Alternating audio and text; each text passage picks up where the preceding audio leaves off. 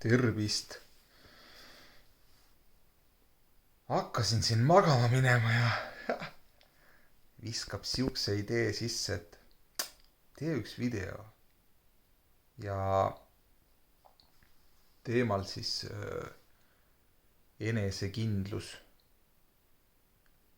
Ja ta tuleb mulle aina tagasi ja ma tunnen, et ma tahan seda avada, kuidas mina siis näen enesekindlust olemas, sest ma tean, et enesekindlust nii-öelda on võimatu treenida või kuidas üldse võimalik on, et paremaks saada enesekindluses, et kas ma siis õpin juurde midagi, et siis ma olen enesekindel või ma võtan mingi mehhanismi, kuidas siis enesekindel olek välja paistab. Kuidas üldse enesekindel, mismoodi see välja paistab, enesekindlus. Ja kuidas seda üldse saab juurde õppida, see ei ole üldse, see ei ole minu jaoks tõsi, et enesekindlust saab õppida, vaid enesekindel saab olla. Ja enesekindlus tuleb sealt, kui ma tean, kes ma olen, siis mind ei huvita, mis teised minust arvavad või üleüldse, mis väljaspoolt siis tuleb, sest ma tean, kes ma olen. Ja enesekindlusega mul ikka käib see üks nii hea näide ja see kuulub igasse valdkonda minu arust, mis on tõsi, et kui me sünnime siia, siis beebi näiteks, sünnime siia, siis ta juba on enesekindel, et kuidas ta, kuna ta ei oska mitte midagi, siis ega ta elu jooksul nii-öelda enesekindlamaks ei lähe. Sündides ju on kõik nii-öelda kaasa antud, kuidas on. Ja kuidas ma saan öelda, et beebi ei ole enesekindel, kuna ta ei oska kõndida või ta ei oska rääkida või. See on ju vale. Et me ikka sünnime siia enesekindlana juba. Aga kuidas mina näen, mis selle enesekindluse siis kinni paneb, need on emotsioonid, mis panevad meid kahtlema siis, et me ei ole enesekindlad. Et kuidas keegi arvab meist või mõtleb või kas see tegu on õige või mis siis ühiskond arvab või mõtleb või. Ja need on tõenäoliselt tulnud, keegi on öelnud, nii ei tohi teha, see ei ole õige.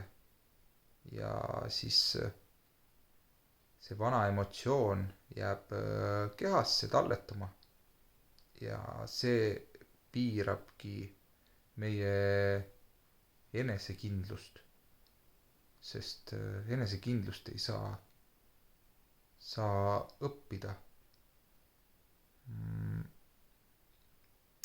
Kuna ma olen ise kogenud seda, et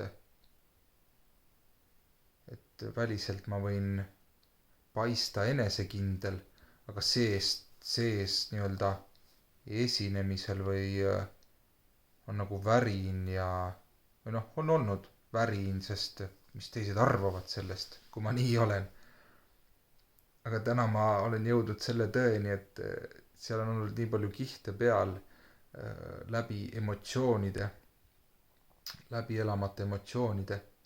Ja kui ma täna olen nendest lahti lasknud ja need emotsioonid ära kogenud, siis ei ole enam vahet, kus ma olen, mis ma olen, sest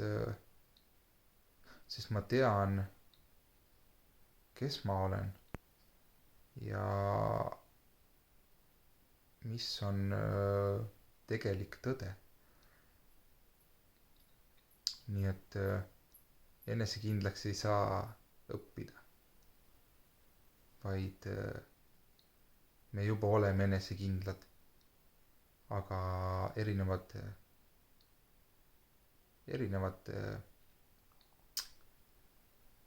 siis piirangud, vanad emotsioonid panevad meid tundma mitte enesekindlana ja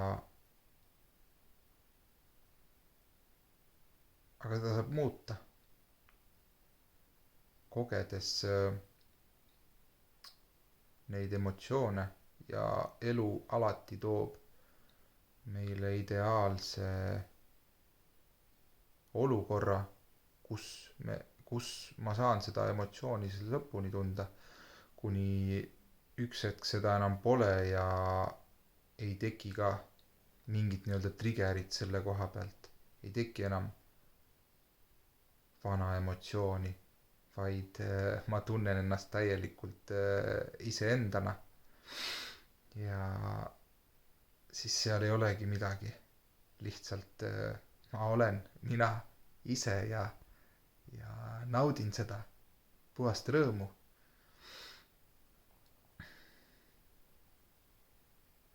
Ja mitte elu ei too, vaid me ise loome selle olukorra, sest me oleme omaenda elu loojad alati.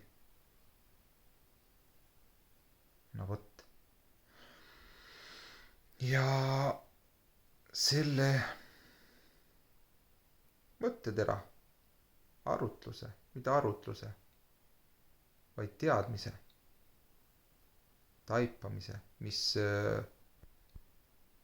minu sees on olnud ja mida ma tahan jagada, siis siin ta on.